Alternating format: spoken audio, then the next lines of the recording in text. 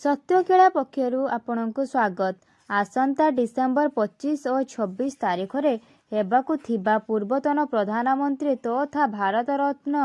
ଅଟଳ ବିହାରୀ ବାଜପେୟୀଙ୍କ ସ୍ମୃତିରେ ଅଟଳ ଯୁବ ସଙ୍ଗମ ସିଜନ୍ 5ର 2 ଦିନ ବ୍ୟାପୀ ରାଜ୍ୟସ୍ତରୀୟ ଉତ୍ସବ ପାଳନ ହେବାକୁ ଯାଉଛି। ପ୍ରଥମ ଦିନ ନିମନ୍ତ୍ରିତ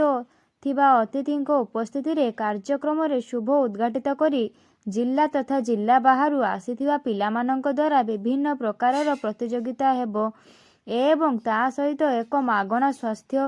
ସେବା ଅନୁଷ୍ଠିତ ହେବ ଏବଂ ପ୍ରତ୍ୟେକ ବର୍ଷ ଭଳି ଏ ବର୍ଷ ମଧ୍ୟ ଅସହାୟ ତଥା ଗରିବ ଲୋକଙ୍କୁ ଆସିଥିବା ଅତିଥିଙ୍କ ଦ୍ୱାରା କମ୍ବଳ ବଣ୍ଟନ କରାଯିବ ଏବଂ ଦ୍ୱିତୀୟ ଦିନରେ ସ୍ୱାସ୍ଥ୍ୟକୁ ଆଖି ଆଗରେ ରଖି ଏକ ବଡି ବିଲ୍ଡିଂ ପ୍ରତିଯୋଗିତା ରଖାଯାଇଛି ଏବଂ ସନ୍ଧ୍ୟାରେ ସୁନାମଧନ୍ୟ ଗାୟକ ଏବଂ ଗାୟିକାଙ୍କ ଦ୍ୱାରା ଏକ ସାଂସ୍କୃତିକ କାର୍ଯ୍ୟକ୍ରମ ଅନୁଷ୍ଠିତ ହେବ।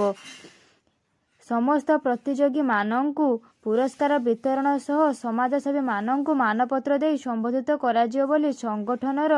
ସଭାପତି ବିକାଶ କୁମାର ପାଢ଼ୀ ଆଜି ସନ୍ଧ୍ୟାରେ ବ୍ରିଟ୍ କଲ୍ୟାଣ ମଣ୍ଡପଠାରେ ଅନୁଷ୍ଠିତ ଏକ ସାମ୍ବାଦିକ ସମ୍ମିଳନୀରେ ସୂଚନା ଦେଇଛନ୍ତି।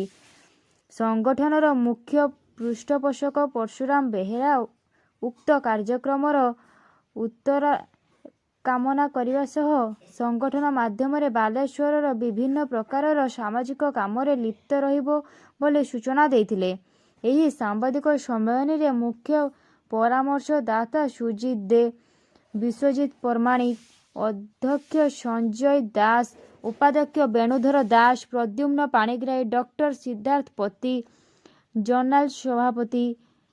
ଧୀରଜ ମହାନ୍ତି, ସମ୍ପାଦକ ପ୍ରହଲ୍ଲାଦ ଦାସ, ଯୁବ ଉପସଭାପତି କାହ୍ନୁଚରଣ ମହାଳିକ, ପ୍ରମୋଦ ଦାସ, ଶକ୍ତି କୁମାର ଦାସ,